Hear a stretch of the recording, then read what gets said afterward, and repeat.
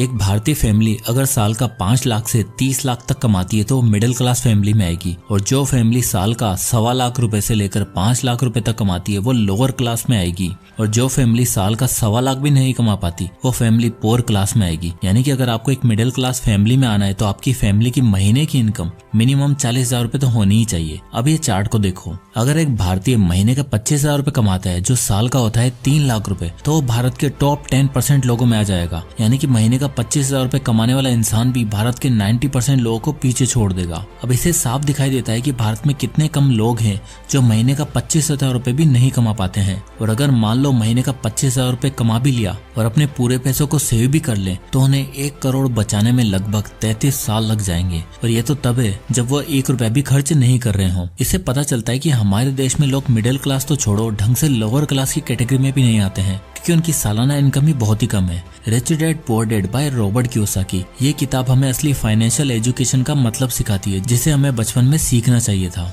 But ना तो हमारे स्कूल और न ही हमारे टीचर ने ये सब सिखाया। अमीर लोग अपने बच्चों को पैसों के सीक्रेट्स बताते हैं, और जिन्हें इन पैसों के सीक्रेट्स के बारे में नहीं पता उनके लिए ये किताब एक वरदान के बराबर है। इस वीडियो के खत्म होने तक मैं आपसे वादा करता हूँ कि आपने जो इतने सालों में नहीं सीखा होगा वो आज आप सीखने वाले हो। और इस वीडियो को पूरा देखने के बाद आप दुनिया के केवल उन गिने चुने लोगों में आ जाओगे जो इस रेट रेस की जंजीरों को तोड़कर अमीर बनना चाहते हैं, लाइफ में कुछ ऐसा करके दिखाना चाहते हैं जो शायद बहुत कम लोग इसे करने की सोच पाते हैं, और सही मायनों में फाइनेंशियल फ्रीडम क्या होती है आज आपको पता चलेगा। So let's begin.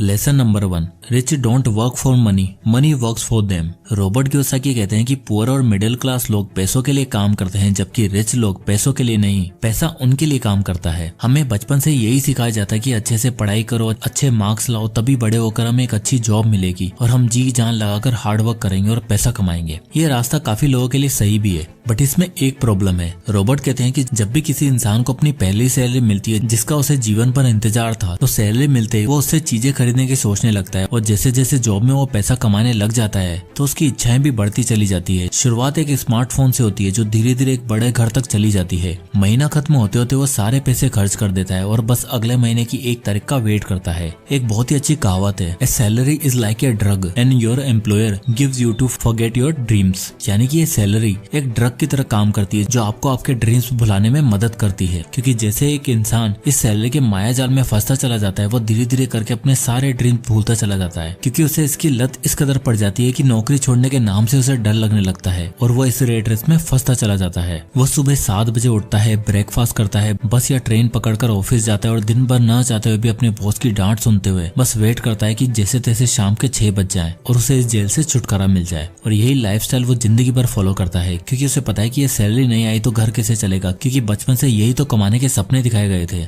इसलिए वो हमेशा एक पुअर और मिडिल क्लास में फंसा रह जाता है। जबकि दूसरी तरफ एक रिच इंसान कभी भी इस सैलरी के जंजाल में नहीं फंसता। वो चाहे अपने शुरुआती दिनों में स्ट्रगल कर लेना, कम पैसों में गुजारा कर लेगा, लेकिन जब एक बार वो अच्छे से पैसा कमाने लग गया तो वो अपने टाइम का खुद मालिक होता है। वो दूसरों के बताए हुए अनुसार टाइम पे काम नहीं करता, बल्कि वो ऐसे एसेट्स बिल्ड करता है जो उसके लिए काम करते हैं, और जब वो सो भी रहा होता है तो भी उसके एसेट उसके लिए पैसा कमा के देते हैं। इसलिए रॉबर्ट कियोसाकी कहते हैं कि आपको अमीर बनना है तो आपको अपने पैसों को काम पर लगाना सीखना होगा, ना कि उनका गुलाम बनकर काम करना है, नहीं तो आप भी कभी भी इस रेट रेस से बाहर नहीं निकल पाओगे। Lesson number 2, financial literacy. दोस्तों, अगर आपको लगता है कि स्कूल हमें अमीर बनाना सिखाता है तो आप गलत है। स्कूल में हमें दुनिया भर के सब्जेक्ट्स तो पढ़ाए जाते हैं, बट वो हमें एक एम्प्लॉय बनाना सिखाते हैं, ना कि कोई बिजनेसमैन बनाना। और यही कारण है कि दुनिया के मोस्टली लोग रेट रेस में फंसे रहते हैं, क्योंकि हमें कोई ढंग से बताता ही नहीं कि आखिर अमीर बनना कैसे है, फाइनेंशियल एजुकेशन क्या होती है। इवन अगर आप आज भी लोगों से पूछोगे कि क्या उन्हें फाइनेंशियल एजुकेशन का मतलब पता है, तो बहुत से लोगों ने तो ये फाइनेंशियल लिटरेसी का नाम पहली बार सुना होगा। और यही कारण है कि हम कभी भी पैसों को ढंग से मैनेज ही नहीं कर पाते। रॉबर्ट कियोसाकी कहते हैं कि it's not how much money you make, it's how much money you keep. यानी कि ये फर्क नहीं पड़ता कि आप कितना पैसा कमाते हो, जबकि ये फर्क पड़ता है कि आप अपने पास कितना पैसा रखते हो और उन्हें इन्वेस्ट करते हो। तो रॉबर्ट बोलते हैं कि फाइनेंशियल एजुकेशन को समझने के लिए आपको ये जानना होगा कि दुनिया में पैसों को लेकर 3 तरह के लोग होते हैं। पहले पुअर पीपल, दूसरे मिडिल क्लास और तीसरे रिच पीपल। अब इन तीनों तरह के लोग अपने कैश फ्लो के कारण इस कैटेगरी में आते हैं। तो सबसे पहले आते हैं पुअर पीपल। इस कैटेगरी के लोग काफी मेहनत करते हैं और बड़ी मुश्किल से पैसा कमाते हैं।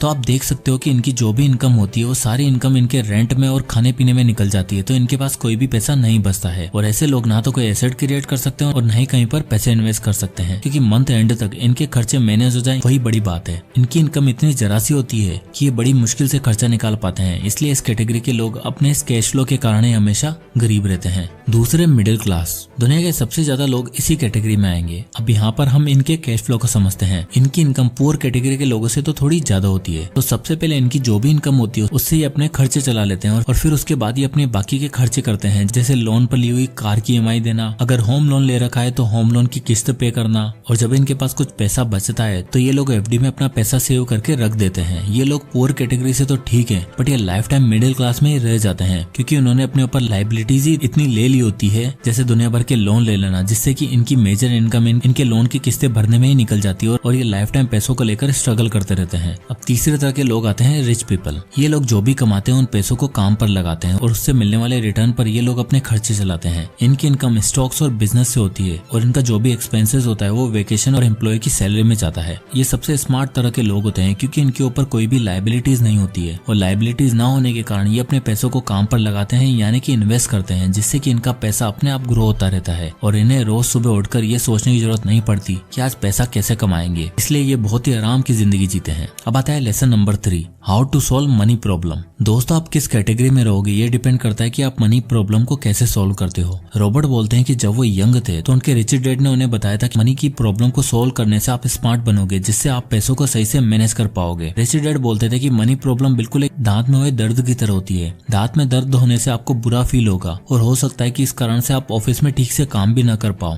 और आपका बॉस फिर आपके ऊपर चिल्लाएगा, और अगर आप डेंटिस्ट के पास नहीं गए तो ये दर्द और भी बढ़ता चला जाएगा और जिससे आपको बड़ी बीमारी हो सकती है, जिससे आप काम पर जाने लायक ही नहीं रहोगे। और अगर आप काम पर नहीं जाओगे तो पैसा कैसे कमाओगे, कैसे घर चलेगा, आपके खर्चे कैसे मैनेज होंगे, और एक दिन आपकी जॉब भी चली जाएगी। और हमारी मनी प्रॉब्लम भी कुछ इसी तरह की होती है। जब हमारी पैसों की प्रॉब्लम छोटी होती है तो हमें लगता है कि क्या ही फर्क पड़ता है, सब ठीक हो जाएगा, और धीरे धीरे ये प्रॉब्लम बढ़ती चली जाती है। एग्जाम्पल के लिए आप कुछ खरीदने के लिए क्रेडिट कार्ड का इस्तेमाल करते हो। अब स्टार्ट में तो आपको लगेगा कि क्रेडिट कार्ड का बिल आराम से चुका दूंगा, लेकिन एक के बाद एक लोन छोटे से बड़ा लोन में कन्वर्ट हो जाता है और कुछ टाइम बाद हम अपने आप को इस जाल में फंसा हुआ पाते हैं। और जब ये प्रॉब्लम बहुत बड़ी हो जाती है तो इससे निकलना हमारे लिए इम्पॉसिबल सा हो जाता है। इसलिए आप अमीर बनोगे या गरीब ये डिपेंड करता है कि आप पैसों की प्रॉब्लम को कैसे ठीक करते हो। अब आता है lesson number 4, they know how money works. Robert Kiyosaki कहते हैं, one reason why rich entrepreneurs are getting richer because they have extremely high financial IQs। Financial IQ यानी आपकी पैसों को लेकर समझ कैसी है, आप कैसे पैसों को खर्च करते हो, कैसे सेव करते हो और कैसे उन पैसों को इन्वेस्ट करते हो। और high financial IQ over the time सीख के डेवलप करी जाती है। बट वहीं एवरेज और गरीब लोग बहुत पीछे रह जाते हैं, क्योंकि ज्यादातर लोगों को सही फाइनेंशियल एजुकेशन नहीं मिलती, क्योंकि वो अपनी फॉर्मल एजुकेशन को ही ज्यादा प्रेफर करते हैं। पढ़ो लिखो, अच्छी जॉब लो, पैसा कमाओ, एक बजट के हिसाब से खर्चा करो, अपनी इनकम का थोड़ा पैसा सेव करो